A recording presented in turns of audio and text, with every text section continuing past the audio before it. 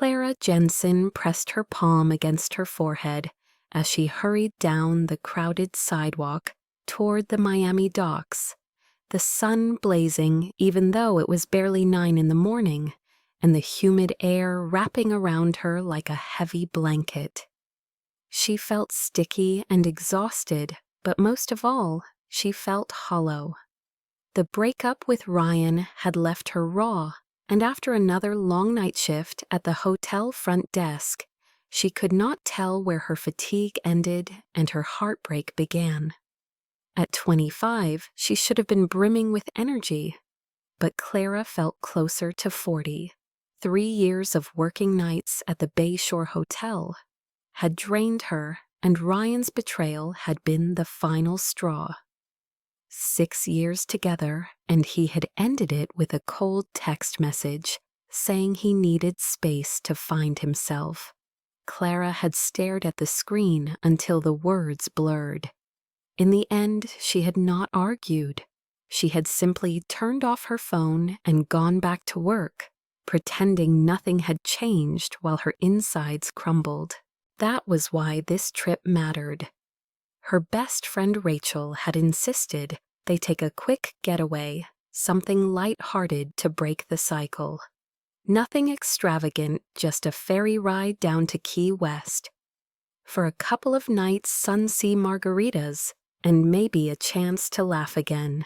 Rachel had already booked the cheap tickets, sent Clara the digital boarding pass, and told her she would not take no for an answer. So here Clara was clutching her phone in one hand and a small weekend bag in the other, weaving through tourists who chattered in half a dozen languages. Her eyes burned from lack of sleep, and she could still feel the stiffness in her legs from standing behind the reception desk all night.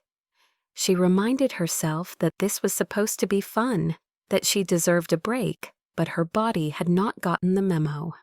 The docks stretched out ahead of her, a confusing sprawl of terminals, piers, and private marinas. Signs pointed this way and that, and Clara squinted at the one that said ferry departures. Just beyond it, another sign read private marina. She tried to focus, but the letters shimmered in the heat and her eyelids fluttered. She was running on fumes. Clara checked her phone again. Gate C boarding in 15 minutes. She muttered the words under her breath, afraid she would forget if she did not keep repeating them. Gate C, 15 minutes. She adjusted the strap of her bag and followed the flow of people heading toward a security checkpoint. Somewhere in the haze, she noticed a uniformed attendant, waving and calling out a name, Miss Lawrence. The sound barely registered. The attendant's eyes swept the crowd and landed on Clara. The woman smiled as if relieved, then hurried forward. "You are right on time, Miss Lawrence. Mr. Kane was worried you might not make it." Clara blinked, too tired to protest properly. "I am not Miss," she began, but the attendant was already scanning the code on her phone. The device beeped and flashed green. Clara opened her mouth to object again, but the woman gestured briskly. "Please, we must hurry. The yacht is preparing to depart." Yacht! The word did not fit.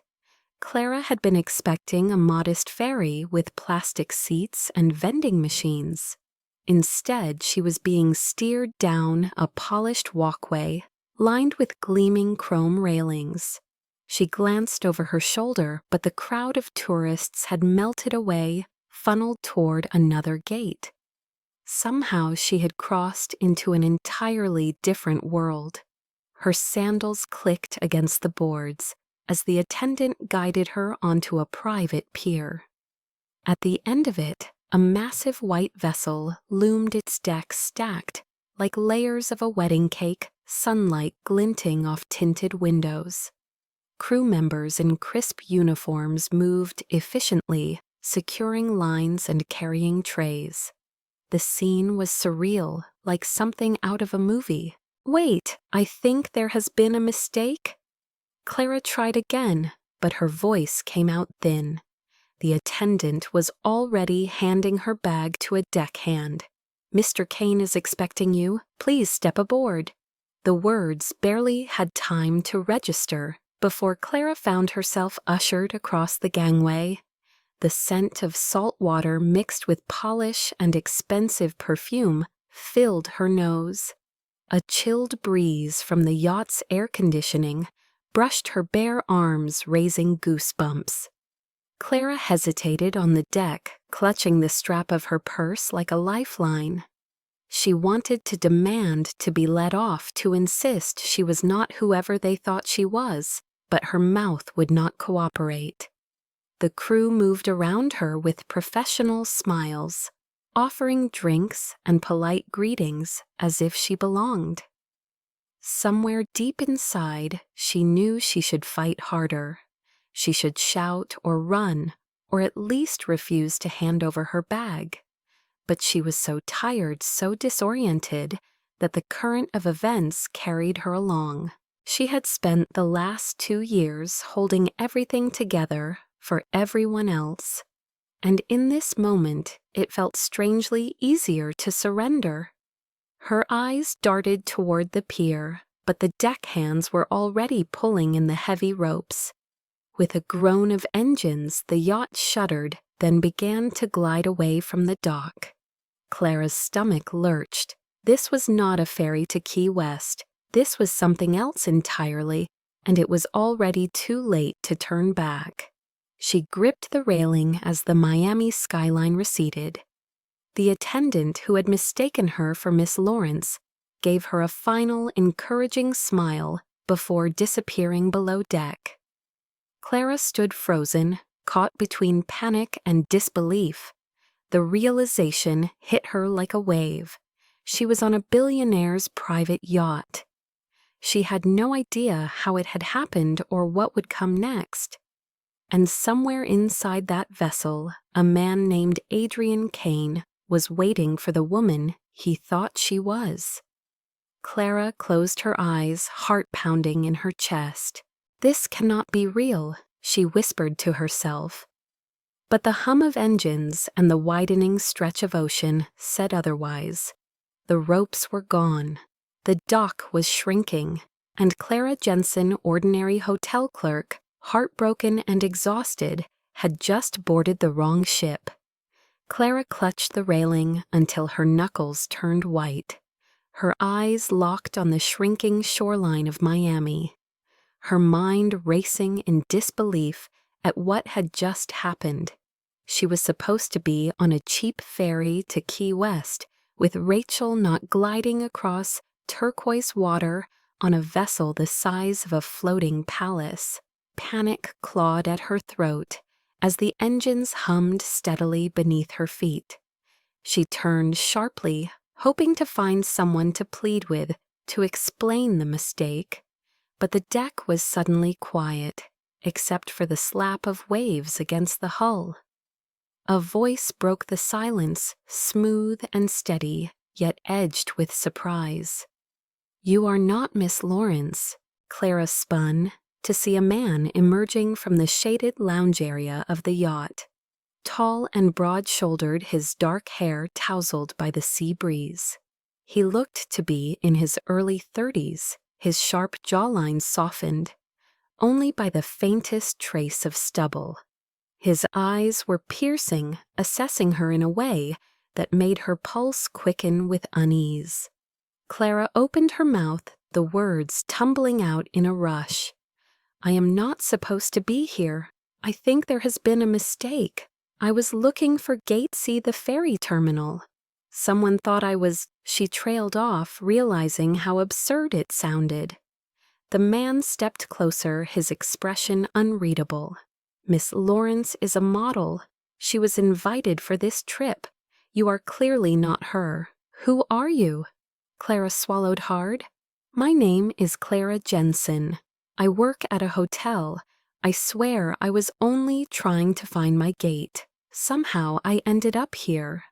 The man studied her for a long moment, then let out a short breath that was almost a laugh. "Incredible. You managed to slip past an entire security team and board my yacht as if it were nothing. Clara shook her head vehemently. No, I did not mean to. Please, if you can just turn around and take me back. The engines roared slightly louder, as if mocking her plea, and she glanced toward the water, realizing how far they had already traveled from shore. The man's gaze softened slightly. Turning back is not so simple. Once we leave port, there are regulations clearances. Besides, it is not safe to send you back on a tender boat at night. Clara's heart sank. You mean I am stuck here? For now, yes, he said calmly. His tone carried authority, the kind that came naturally to someone used to giving orders. I am Adrian Kane, owner of this yacht, and apparently you are my uninvited guest. Clara's cheeks burned with humiliation. I am so sorry. I will stay out of the way, I promise. I did not want this. Adrian regarded her quietly, then gestured toward the open deck. Sit. At least have a drink of water. You look like you are about to collapse. The mix of exhaustion and adrenaline left her legs shaky, so she obeyed, perching on the edge of a cushioned chair, while he signaled to a crew member. A glass of cold water that appeared in her hands moments later, and she drank greedily, the chill easing the dryness in her throat. Adrian sat across from her, his posture relaxed, yet his eyes sharp as if he were piecing together a puzzle. Tell me again how you ended up here. Clara explained haltingly about the ferry ticket, the boarding pass, the attendant calling for Miss Lawrence. She described how too many sleepless nights had left her dazed, and how she had simply followed instructions before realizing she was in the wrong place. When she finished, Adrian leaned back and studied her. So you are telling me that fate, or perhaps exhaustion, brought you aboard a yacht headed halfway across the Pacific? Clara grimaced. When you say it like that, it sounds ridiculous. It is ridiculous. Yet here you are. He gave a wry smile that unsettled her even more. Clara set her empty glass down and rose. I should go below deck or wherever. I will not cause trouble. Just tell me what I should do until you can get me off. Adrian's gaze lingered on her face. You will stay in one of the guest suites, safer than the deck.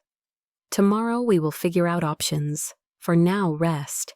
Clara hesitated, torn between gratitude and resentment. This man seemed amused by her ordeal, yet she sensed something guarded in him, something that hinted at a deeper weight beneath the surface. A stewardess appeared to guide her through gleaming corridors to a cabin that looked like it belonged in a 5-star hotel. Clara stepped inside and nearly gasped. The bed was enormous, covered with crisp white linens, and a wall of windows opened to the endless ocean. She dropped her bag on a chair and collapsed onto the mattress, the events of the day replaying in her mind like a surreal dream. Ryan's betrayal, Rachel's plan, the chaos at the dock, the mistake that had carried her onto a billionaire's yacht. She closed her eyes, telling herself she would find a way out in the morning, but fatigue wrapped around her like an anchor. Somewhere far above the stars glittered over the rolling sea as the yacht carried her farther from everything she knew. For Clara Jensen, there was no turning back now. Clara woke with a start, disoriented by the soft sheets beneath her and the gentle sway of the floor. For a moment, she thought she had overslept her shift at the hotel, that the familiar buzz of Miami traffic would be waiting outside her window. But then the muted hum of engines and the endless blue horizon, visible through the wide glass, reminded her where she was. The guest suite was far beyond anything she had ever imagined for herself. with polished wood cream-colored furniture and a bathroom larger than her entire bedroom back home. She swung her legs over the side of the bed and pressed her toes into the thick carpet, still struggling to believe she had stumbled into this by mistake. A knock at the door startled her. "Breakfast is served," Miss, a voice announced politely. Clara hesitated, then opened the door to find a stewardess, wheeling in a tray laden with fruit pastries and fresh coffee. Her stomach growled, betraying her. She thanked the woman softly and sat at the small table, nibbling a croissant while her mind raced. She had to figure out how to get off this yacht, how to contact Rachel, how to undo this surreal detour before it spiraled further out of her control. Yet when she sipped the coffee, rich and smooth, she could not deny how long it had been since she had tasted anything like it. Still in yesterday's dress, Clara combed her fingers through her messy hair and steeled herself to find Adrian Kane. She could not hide in the cabin forever. She climbed the staircase to the upper deck, blinking as sunlight poured over the polished teak. The sea stretched endlessly dazzling in the morning light, and for a moment she was caught by its beauty. Then her eyes landed on Adrian. He stood near the railing, speaking into a phone in low-clipped tones. Dressed in a simple linen shirt and slacks, he looked less like the untouchable billionaire she had imagined, and more like a man momentarily distracted by weighty matters. When he noticed her, he ended the call and turned. "Sleep well, Miss Jensen?" he asked evenly. Clara flushed. "I did, thank you. Look, I really need to explain again. I cannot stay here. I need to get back." Adrian held up a hand, his expression calm but firm. "We are already 200 miles out, and the yacht is charted for days at sea. Returning immediately is not an option. I assure you I will arrange for your safe return when possible. Until then, you may as well be comfortable." Clara bit her lip, torn between frustration and the strange relief that he did not seem angry. "But why are you being so understanding?" she pressed. "I am a stranger who stumbled onto your yacht." Adrian's gaze softened, the faintest glimmer of curiosity flickering there. "Perhaps because I can see you are not here with ulterior motives? Miss Lawrence would have used the mistake to her advantage. You look like you would rather be anywhere else."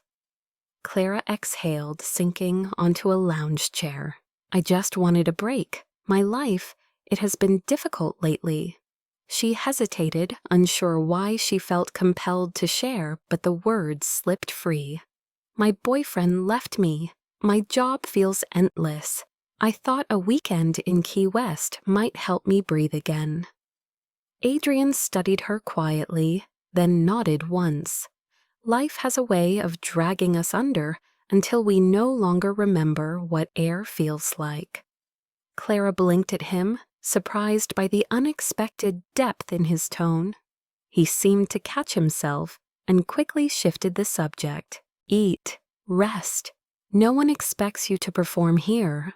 For once, perhaps, let the world spin without your control." Clara wanted to protest, but her exhaustion made the suggestion tempting. She leaned back, closing her eyes against the sun, and for the first time in months felt the tension in her shoulders ease. Yet beneath the calm she sensed something unspoken in Adrian, a weight he carried behind the controlled exterior. It left her wondering who exactly this man was when the world was not watching. And as the yacht cut smoothly across the ocean, Clara realized that despite her vow to keep to herself, she was already drawn into his orbit. That evening the sun dipped low, spilling gold and crimson across the horizon as the yacht glided over calm waters.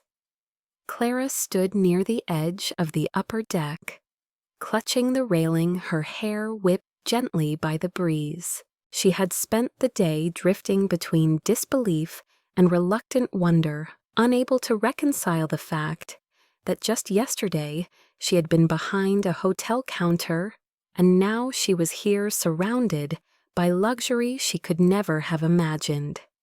A voice interrupted her thoughts. "It is even better from here," Adrian said as he stepped beside her carrying 2 glasses of wine. He handed one to her without ceremony, his gaze fixed on the horizon. Clara hesitated, then accepted the cool glass damp against her palm. "I do not usually drink with strangers," she murmured. "Then perhaps we should stop being strangers," he replied, his tone half serious. Clara took a cautious sip, letting the rich flavor warm her throat. For a moment they stood in silence, the sea stretching endlessly around them, the sky shifting with every passing second. Finally, Clara spoke, her voice low. "I was supposed to be in Key West with my best friend, a cheap ferry 2 days away from responsibility. That was all I wanted. Now I do not even know how to explain this." Adrian turned toward her, his expression calm but searching. "You have responsibilities that heavy." Clara laughed without humor. "My parents died when I was 19. It has been me and survival ever since. I work nights at a hotel, I pay bills, and I try to pretend I am not completely alone. Then Ryan decided I was not enough. 6 years together, and he left for someone else." Her throat tightened as the words spilled out sharper than she intended.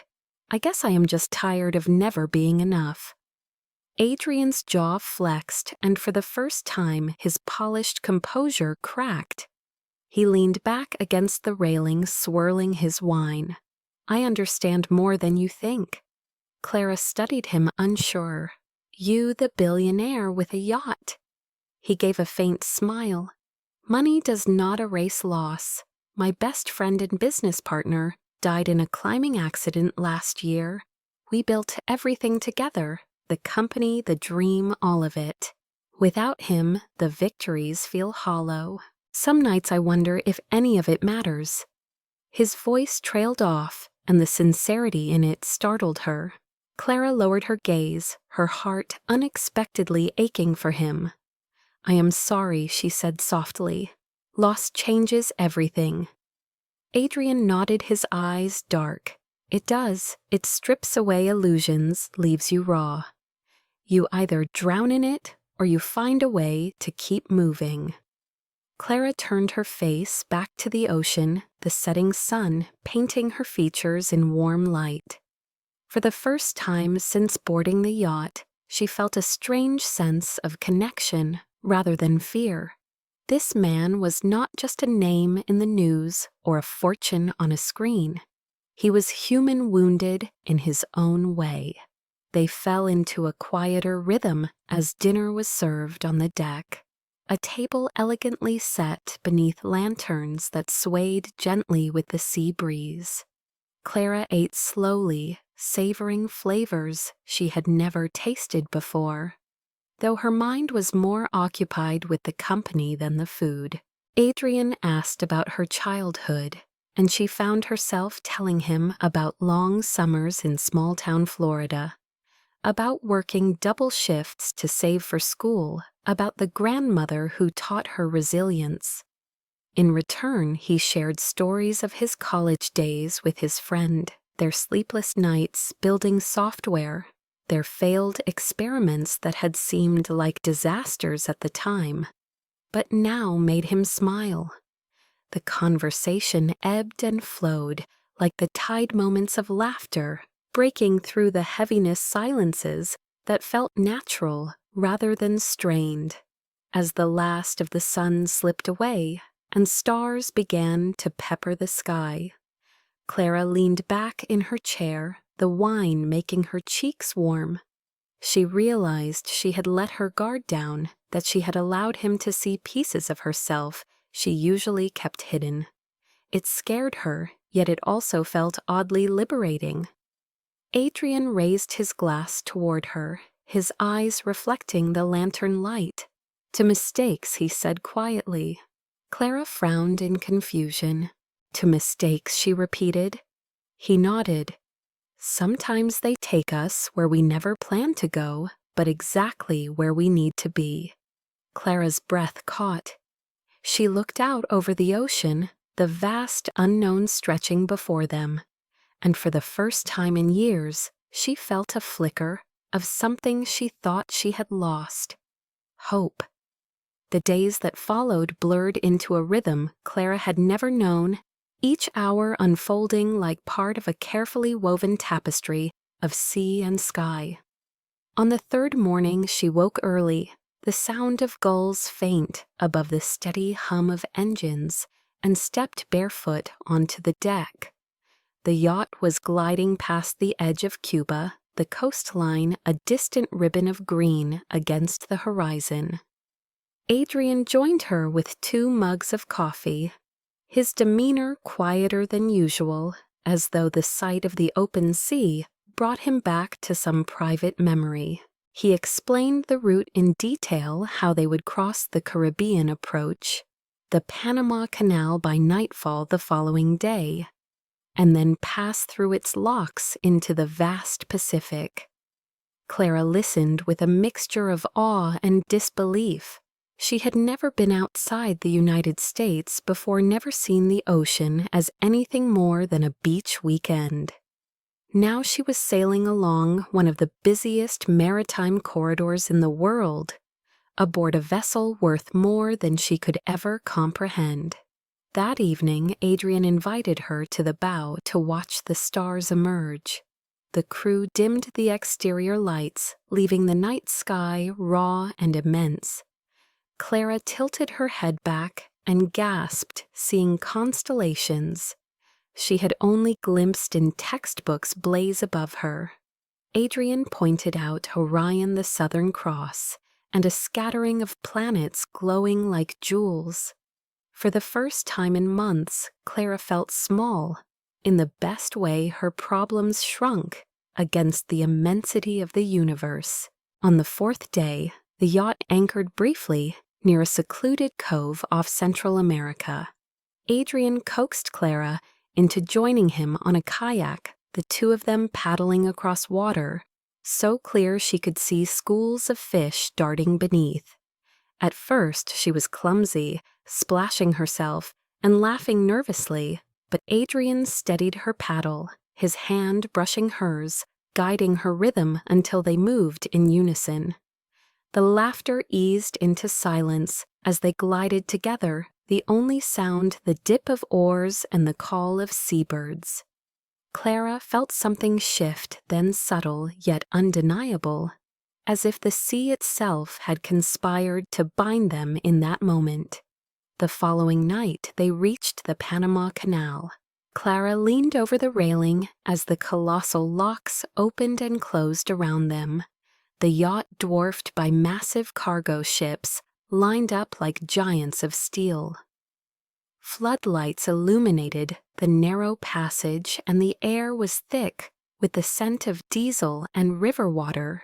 Adrian stood close behind her, explaining how the locks lifted ships from sea level to the canal's artificial lake, before lowering them again on the other side. Clara listened, but her attention kept drifting to the timbre of his voice, to the way his presence seemed to steady her in the chaos of engines and churning water. By the 5th morning they emerged into the Pacific, the horizon stretching wider than Clara had ever imagined. Adrian charted the course toward Hawaii, estimating 5 days across open water. Clara tried to picture the distance, but could only marvel at the thought of endless waves carrying them toward islands she had only seen in postcards. Each day brought its own rhythm: breakfast on the sunlit deck with plates of tropical fruit and warm bread. Afternoons spent reading in the shaded lounge while Adrian worked on his laptop, his focus broken occasionally when he caught her watching him. Evenings of conversation that slipped deeper with each glass of wine, her guarded heart cracking open, one confession at a time. She told him about the nights she cried alone after her parents' accident, about the weight of paying bills, when she should have been chasing dreams, about the ache of being abandoned by someone she thought would stay forever. He listened without judgment, his eyes steady, as if her pain mattered in a way few had ever made her believe. In return, he shared fragments of his own grief. How the company he built with Mark now felt like a hollow monument. How investors circled like vultures, pressuring him to make moves he no longer cared about. How he had begun traveling not out of luxury, but out of an inability to sit still in rooms haunted by memories of his friend. Clara found herself drawn to those moments of honesty more than the grandeur of the yacht. Yes, the meals were exquisite and the cabins opulent, but it was the nights on deck under a sky drenched in stars, the shared silence broken only by truth, that etched themselves into her heart. By the 6th day, the ocean had shifted moods. Darker swells lifted the yacht, rocking it gently, and clouds gathered on the horizon. Clara gripped the railing as a wave sprayed across the bow, her pulse quickening with both fear and exhilaration. Adrian steadied her elbow, his hand firm, his voice calm, as he assured her this was nothing compared to true storms. Still, she felt safer because of his touch, because he was there beside her. That night, long after the crew had retired, Clara lingered on the deck with Adrian.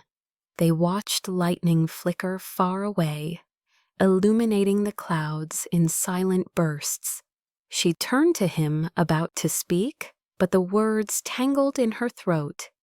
He looked back at her eyes reflecting the storm light, and for a heartbeat the world seemed suspended between them. She looked away, afraid of what she might see if she held his gaze longer. When she finally returned to her cabin, sleep eluded her. She lay awake listening to the steady pulse of the engines, wondering how she had gone from heartbreak in Miami to this strange, fragile closeness with a man whose world was galaxies apart from hers. She told herself it was temporary, that as soon as they reached Hawaii, she would step off this floating dream and return to her reality. Yet deep down she knew that something had already changed, that the voyage itself had carved a fault line through her life. Each mile carried her farther, not only from Miami, but from the person she had been there, and she was not sure she could ever go back untouched. On the morning of the 5th day, Clara woke to a new kind of light, streaming through her cabin windows, softer and warmer, carrying with it the scent of flowers and salt. She hurried to the deck, and her breath caught. The horizon was no longer endless blue, but framed by mountains rising from the ocean, their slopes lush and green clouds drifting lazily across peaks that seemed to touch the sky. The yacht glided closer, revealing the coastline of Honolulu, where the city's skyline shimmered in the sun against the backdrop of volcanic ridges. Clara gripped the railing, her chest tightening with a mix of wonder and disbelief. She had never seen anything so beautiful. Adrian joined her. A moment later, his voice calm but tinged with satisfaction. "Welcome to Hawaii." Clara turned to him, her eyes wide. "I cannot believe I am here. I was supposed to be in Key West." He smiled faintly. "Life is full of detours. Sometimes they are better than the destination we planned." She laughed softly, shaking her head. "Easy for you to say. You probably come here all the time."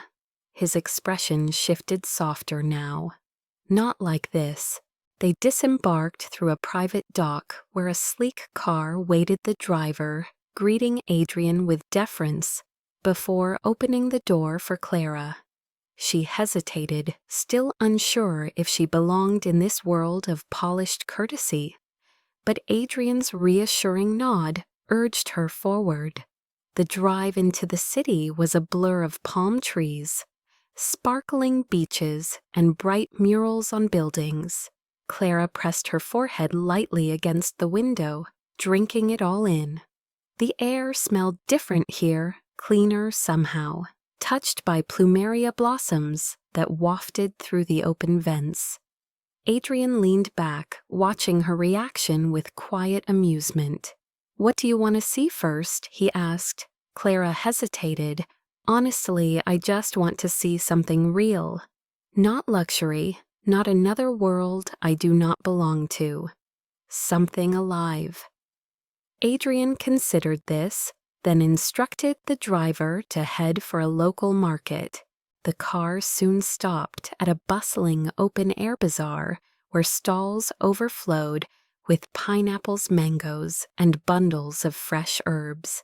The scent of grilled fish mingled with the chatter of vendors calling out prices in a blend of English and Hawaiian.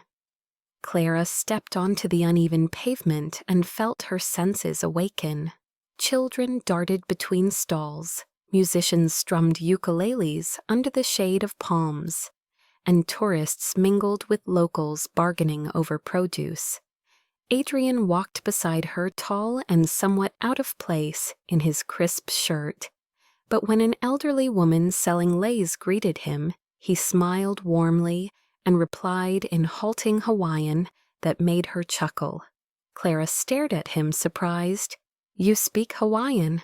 "A little," he admitted, slipping a fragrant lei over her shoulders as the vendor winked. "Enough to get by?" Clara touched the flowers, their sweet perfume clinging to her skin. She could not help but smile. They wandered through the stalls, sampling poke served in paper bowls. Clara savoring the freshness of the fish and the tang of seaweed. She licked the sauce from her fingers and caught Adrian watching her with an expression she could not decipher, part curiosity, part something deeper. What she asked, self-conscious. He shook his head lightly. "Nothing, just, you seem lighter here, happier." She looked away, embarrassed by the warmth creeping into her cheeks. "Maybe I am. It is easy to forget everything when the world looks like this." They lingered at a fruit stand where a boy sliced open a coconut and handed it to Clara with a straw. She sipped the sweet water, laughing when it dribbled down her chin. Adrian reached out instinctively with a napkin, his fingers brushing her skin as he dabbed it away. The touch was brief, yet lingered in the air between them. Later they walked along Waikiki Beach, the sand soft beneath their feet, surfers dotting the waves like specks of color. Clara trailed her fingers in the surf and thought about how surreal this was. Just a week ago, she had been serving tourists at the hotel desk, dreaming of escape. Now she was here walking beside a man who both unsettled and comforted her in equal measure. As the sun began to dip toward the horizon, painting the sky in shades of pink and orange, Adrian suggested dinner at a small seaside restaurant he knew. It was nothing like the formal meals on the yacht. Wooden tables sat directly on the sand, lit by tiki torches that swayed in the breeze. The menu was handwritten on a chalkboard, and the owner greeted Adrian like an old friend. Clara felt herself relax for the first time since boarding the yacht, lulled by the crash of waves and the hum of conversation around them. She ate grilled shrimp and sticky rice, savoring each bite, as Adrian told her stories of his first visit to the islands years ago, when he and Mark had come here to celebrate their first major contract. His eyes grew distant for a moment, shadowed by memory, but then he returned to her with a smile. Clara listened, drawn not only to his words, but to the humanity beneath them. This was not the billionaire the newspapers wrote about. This was a man still trying to piece himself together after loss. When the meal ended, Adrian walked her back along the beach. The moon rose silver over the waves, casting a soft glow that made everything shimmer.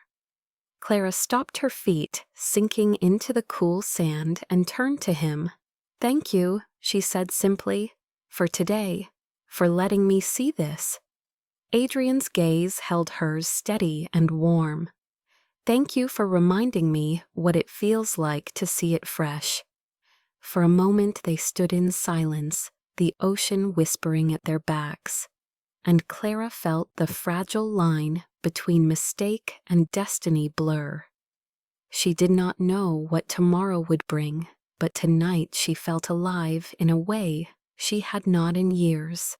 The following morning, Clara woke with sunlight spilling across the sheets of the guest room in the Honolulu villa Adrian had arranged for them overnight. She stretched, reluctant to leave the cocoon of peace the island seemed to wrap around her, but the buzz of voices outside the window drew her curiosity. Slipping on a light dress, she stepped onto the balcony and froze. Down on the street, a small crowd had gathered, cameras flashing, reporters calling questions in rapid succession. Clara's stomach knotted. She glanced back into the suite, where Adrian was calmly pouring coffee as though none of it surprised him. "What is going on?" she asked when she returned inside. Adrian's jaw tightened almost imperceptibly. "The press. They must have found out I am here." Clara frowned. "Why would they care about you being in Hawaii?" Adrian hesitated, then set the coffee pot down. "Because I am not just some businessman, Clara. I am Adrian Kane." The name landed like a thunderclap. Clara blinked. The Adrian Kane. Billionaire tech founder Adrian Kane. The man whose face she had seen on news articles scrolling past hotel lobby televisions. Her pulse quickened with disbelief. "You let me think you were just normal." Adrian's gaze softened regret, flickering in his eyes. "I wanted to be. With you I could pretend, if only for a moment, that I was not defined by wealth or expectations." Clara's cheeks burned with a mix of betrayal and confusion. "You should have told me. Do you have any idea how humiliating it is? To realize I was the only one who did not know who you are?" He stepped closer, his voice low, steady. "I know, and I am sorry. I did not mean to deceive you. I just wanted one part of my life to feel genuine again." Clara backed away, wrapping her arms around herself, as if to shield against the weight of the revelation. Genuine. How can anything between us be genuine when you hide something this big? He ran a hand through his hair, frustration flickering across his features. "Because with you I am not the billionaire on magazine covers. I am just Adrian. You looked at me and saw a man, not a fortune. Do you know how rare that is?" Clara shook her head, torn between anger and something more complicated. A tug of sympathy she did not want to admit. She turned to the window again, the sight of flashing cameras below, making her stomach churn. "I cannot do this," she whispered. "I should leave before this goes any further." Adrian's voice caught urgent now. "Please do not. Stay a little longer. Let me prove I can be honest. No hiding, no titles, just me." Clara pressed her palms to the cool glass, her mind a storm. She had spent so long craving stability, honesty, a life without masks. Yet here was a man who embodied everything she thought she could never trust, asking her to believe him. Rachel's voice echoed in her memory, teasing her to take risks, to stop letting fear cage her. Clara exhaled shakily, her throat tight. I need time to think. Adrian nodded, his expression solemn. Take all the time you need, but please do not walk away yet. For the first time since boarding the yacht, Clara saw not confidence in his eyes, but vulnerability, raw and unguarded. It unsettled her even more than his confession. She retreated to her room, heart pounding, wondering whether the biggest mistake of her life was boarding that yacht, or whether the real mistake would be stepping off now. Clara paced the length of her room, her bare feet sinking into the thick carpet, her mind racing. Outside the balcony doors, the sound of waves and the cries of seabirds reminded her she was still in paradise, but inside her chest was only a storm.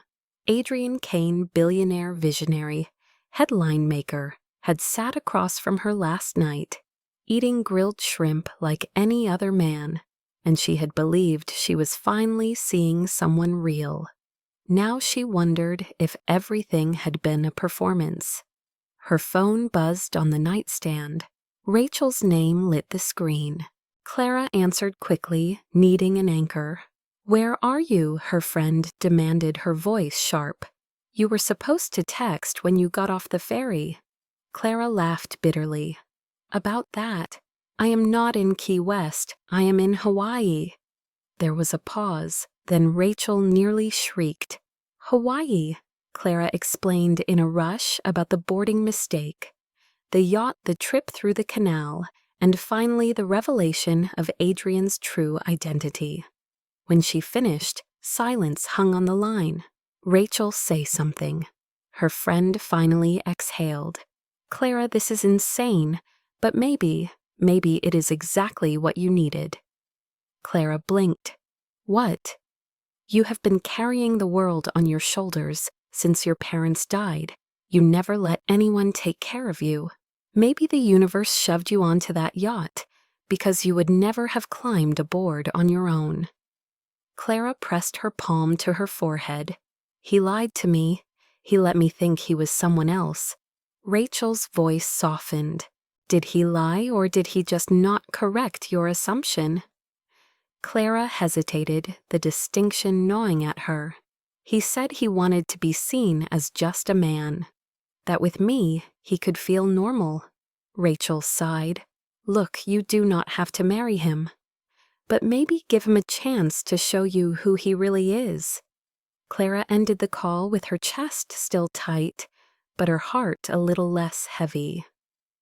When she stepped into the villa's airy lounge, Adrian was waiting by the window, his posture tense, his gaze fixed on the ocean. He turned when she entered, his eyes filled with quiet apprehension. "I spoke to my friend Clara," said her voice steadier than she felt.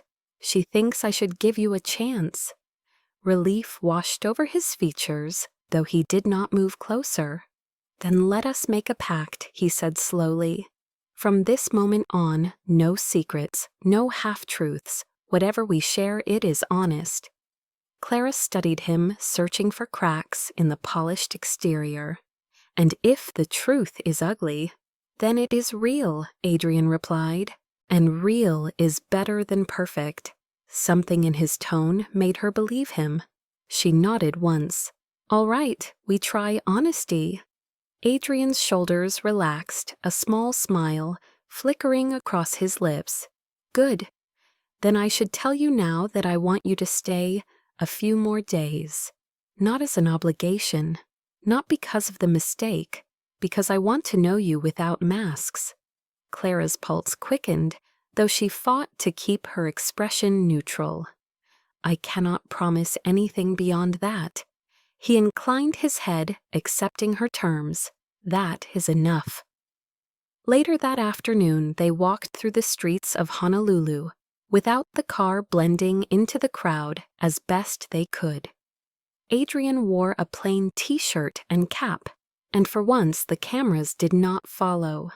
They browsed small shops, sampled shaved ice in rainbow colors, and listened to a street band play island music that made children dance barefoot on the pavement.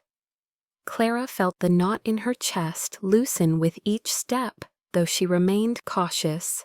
Every time Adrian laughed at something she said, every time his hand hovered near hers, she reminded herself this was temporary.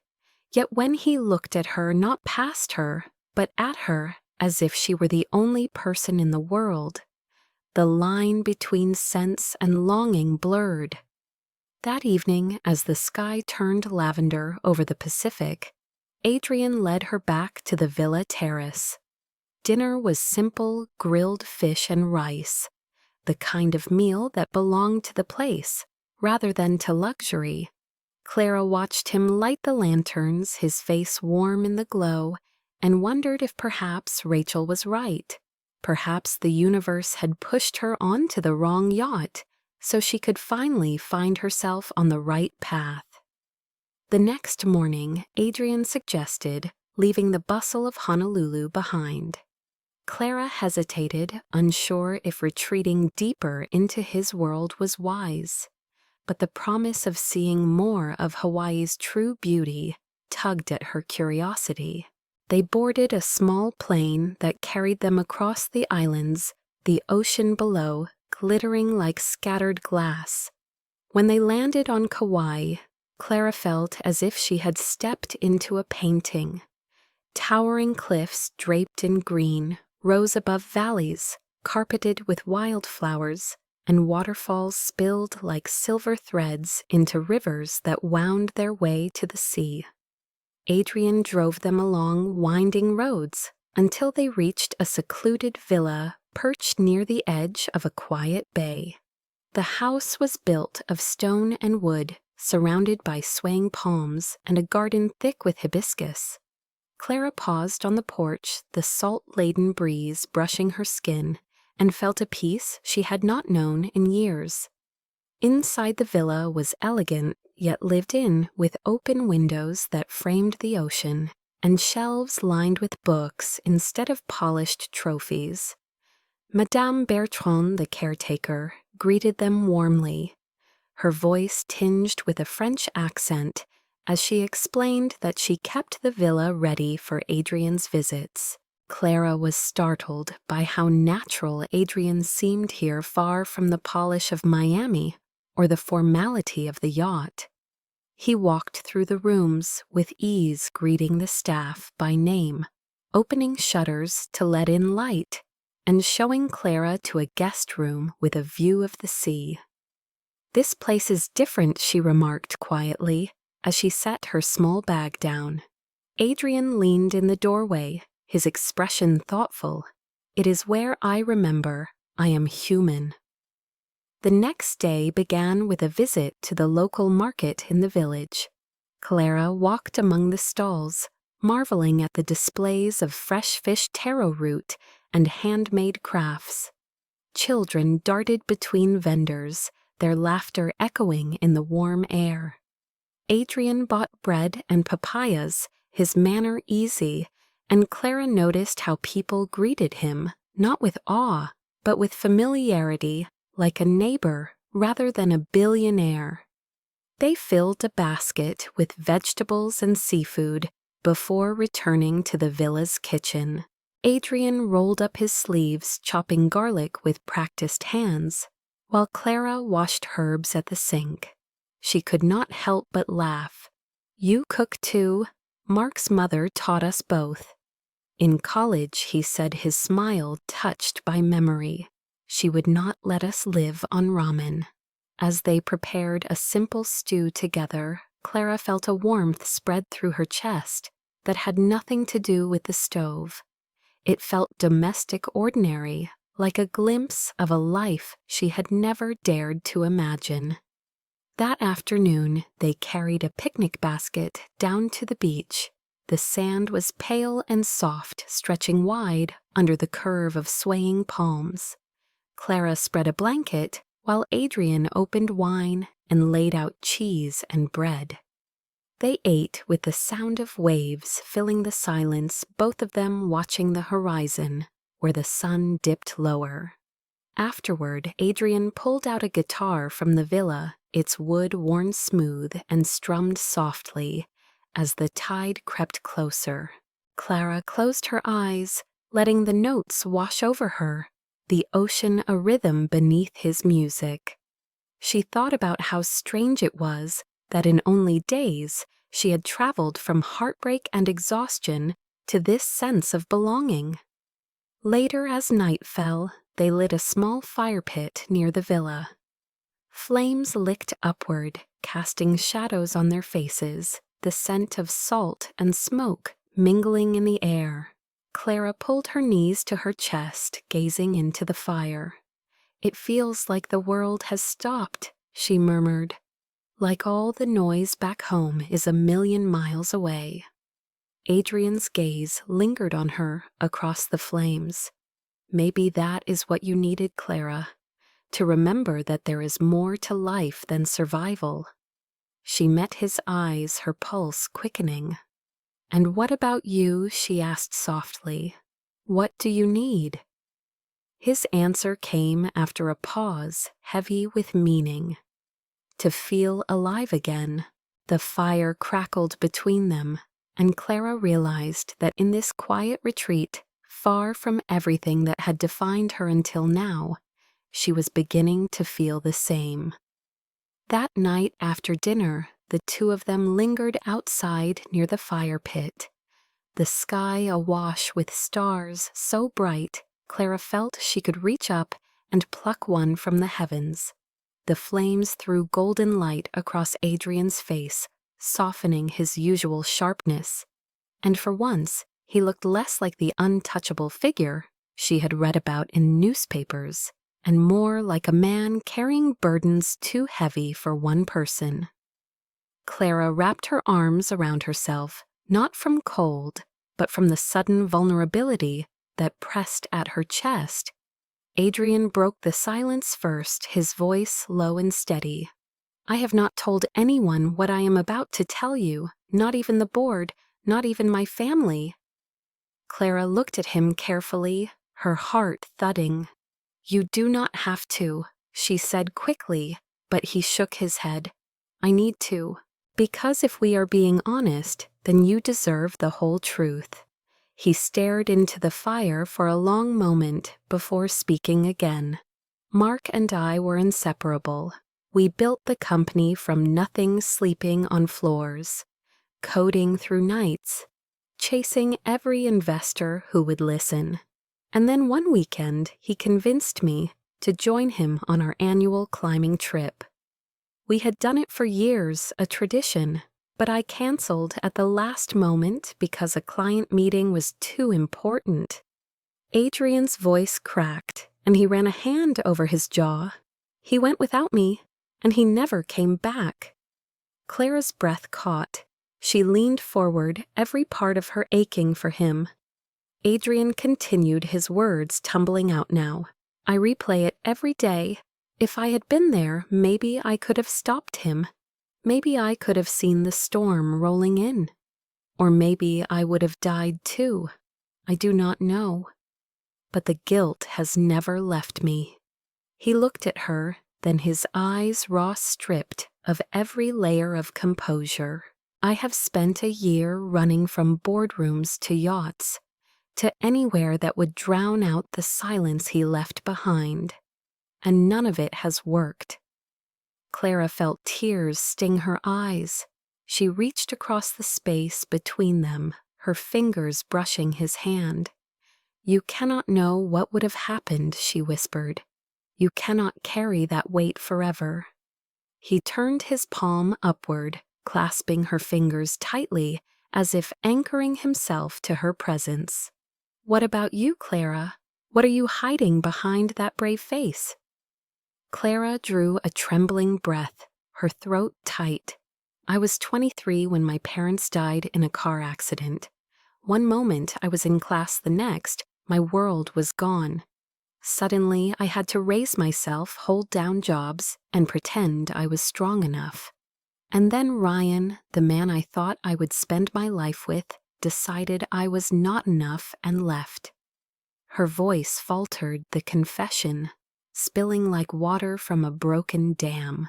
Some days I wake up and wonder if I am worth anything at all. Adrian squeezed her hand, his voice fierce in its quiet. You are worth everything, do not ever doubt that. Their eyes locked across the fire, the world narrowing to the space between them. Clara felt her defenses crumble, all the walls she had built, to keep out hurt dissolving under the weight of his gaze.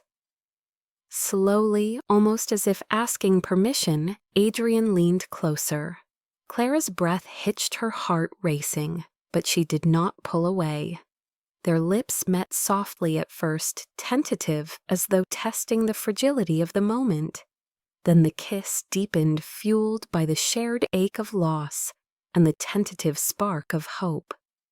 When they finally pulled apart, Clara rested her forehead against his, her chest rising and falling in uneven breaths. I am scared, she admitted, her voice barely audible. So am I, he whispered back. But maybe we can be scared together. They sat that way for a long time, the fire crackling the night, wrapping around them like a promise. Clara felt something inside her shift, a fragile but undeniable sense that perhaps this mistake of boarding the wrong yacht had led her to the right place after all. Later, as the flames died to embers and the stars wheeled overhead, Clara curled into Adrian's side, her head resting against his shoulder. For the first time in years, she did not feel alone. She felt seen, held, and for one fleeting night, she allowed herself to believe in the possibility of love. The next morning, Clara's phone buzzed insistently on the nightstand, dragging her out of the haze of warmth and comfort she had felt curled beside Adrian. Blinking against the sunlight that poured through the open windows, she reached for it and saw a string of missed calls from her manager at the hotel. Her chest tightened. Reality, the one she had so carefully pressed pause on, was clawing its way back in. She slipped quietly from the bed, stepping out onto the balcony to take the call. Clara, the manager's voice was sharp with irritation. We covered for you all week, but you cannot just disappear. We need you back by Monday morning, or you do not need to come back at all. Clara's stomach dropped. She mumbled an apology and hung up, staring out at the endless blue of the ocean. The weight of responsibility pressed down heavier than the humid air. She heard the creak of the floorboards behind her and turned to find Adrian, watching her concern etched across his features. Trouble, he asked. Clara nodded. My job, my bills, my life waiting in Miami. I cannot just stay here, no matter how much I want to. Adrian stepped closer, his presence grounding her. Then let me help. I could arrange something, find you a better position, something that matches your worth. Clara shook her head firmly, her voice trembling. That is not what I need. I need to stand on my own, Adrian. If I lean on you for everything, I will lose myself. He studied her for a long moment, then nodded slowly. I understand, but I want you to know that I am not letting this end just because geography says so. Clara's throat tightened. She wanted to believe him, wanted to hold on to this fragile connection they had built in stolen days and starlit nights. But the thought of returning to her small apartment, her weary routines, made the distance between their worlds feel insurmountable. That afternoon, they packed slowly, both moving as though dragging their feet through quicksand. Adrian walked her down to the dock where the yacht waited to carry her back to Honolulu's port. The crew busied themselves with preparations, but Clara felt suspended in a bubble of stillness. Adrian handed her a small box. She opened it to find a delicate necklace with a pendant, carved from a seashell simple and understated nothing like the jewels she imagined filled his world. It took my father years to find the right words to tell my mother he loved her, Adrian said quietly. When he finally did, he gave her a shell from the beach where they first met. She wore it every day until she died. I wanted you to have this. Clara's eyes blurred with tears. She fastened the necklace around her neck, the cool shell resting just above her heart. "Thank you," she whispered, her voice breaking. At the port, the city's bustle returned, vendors calling out tourists weaving through the crowd. Clara stood with her small bag slung over her shoulder, Adrian towering beside her, his hand reluctant to let go of hers. "This is not goodbye," he said firmly. "It is see you soon." She swallowed hard, her throat thick with unshed tears. "Promise me," she managed. He cupped her face, gently pressing his forehead to hers. "I promise." When she finally stepped onto the gangway leading to the ferry that would carry her toward the airport, her chest ached as if part of her were being left behind. She turned once more to see him still standing there watching her, with eyes that held both sorrow and determination. The ferry's horn blared, pulling her back to the present.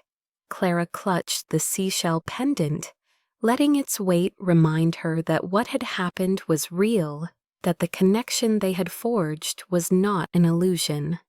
Yet as the shoreline blurred into distance, doubt whispered through her mind. Could a girl from Miami, with debts and scars, really belong in the world of a man like Adrian Kane? Or had this all been a dream, destined to fade once reality closed in again? Clara returned to Miami late on a Sunday evening, the city lights flickering below as her plane descended. The cab ride back to her apartment felt jarring, the neon signs of diners and convenience stores, a stark contrast to the starlit beaches of Hawaii. She climbed the familiar stairs to her small unit, the walls close and dim after the spacious villa. Dropping her bag on the floor, she stood in the quiet for a long moment, the shell necklace cool against her skin, the memory of Adrian's touch still vivid. The next morning she was back behind the hotel desk, greeting guests with practiced smiles, booking tours, answering questions. On the surface, nothing had changed, yet inside, everything had shifted. Her colleagues noticed it first, whispering to each other about the new light in her eyes, the way she seemed less burdened even when the lobby filled with impatient travelers. Rachel cornered her on her lunch break, grinning like a cat. "So how was paradise?" Clara rolled her eyes but could not suppress her smile. "Complicated, wonderful, terrifying." Rachel nudged her shoulder. "In other words, maybe worth it." Days turned into a week, and Clara found herself checking her phone more often than usual. Adrian's texts arrived at odd hours, sometimes a simple good morning, sometimes a photo of a sunset from wherever he was, sometimes a question about her day that showed he was paying attention. They spoke on the phone late at night when the hotel was quiet, his voice filling the silence of her small apartment. He asked about her dreams, about her fears, about the childhood memories that shaped her, and in turn, he shared stories of his own, the struggles behind the headlines, the loneliness behind the wealth. The distance was real, yet somehow the connection grew stronger. On Thursday evening, she stood in front of her mirror, adjusting a simple blue dress, her stomach fluttering with nerves. Tonight was the night Adrian had promised to come to Miami. When the knock came at her door, she opened it to find him standing there in jeans and a casual shirt, holding a bouquet of wildflowers like the ones they had seen on Kauai. His smile was tentative, almost shy. "Hi," he said. "Hi yourself," she replied, her pulse racing. He stepped inside, looking around the modest apartment with curiosity rather than judgment. "Nice place," he said simply. "It is small," Clara admitted, embarrassed. "It is home," Adrian corrected softly. "And that matters more." She felt her throat tighten with gratitude. They went to a small Italian restaurant in her neighborhood, the kind of place with checkered tablecloths and homemade pasta.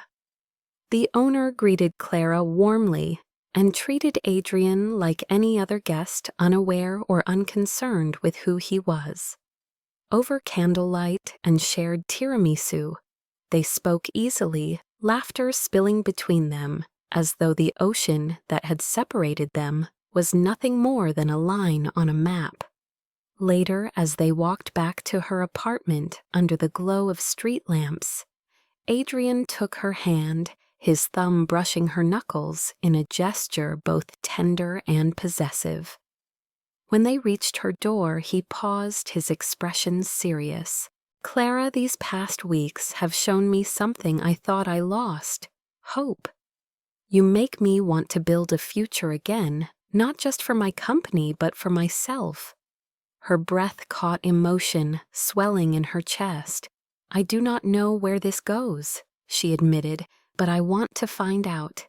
He smiled. Then the guarded man she had first met, replaced by someone open, almost boyish. "Then let us take it one step at a time."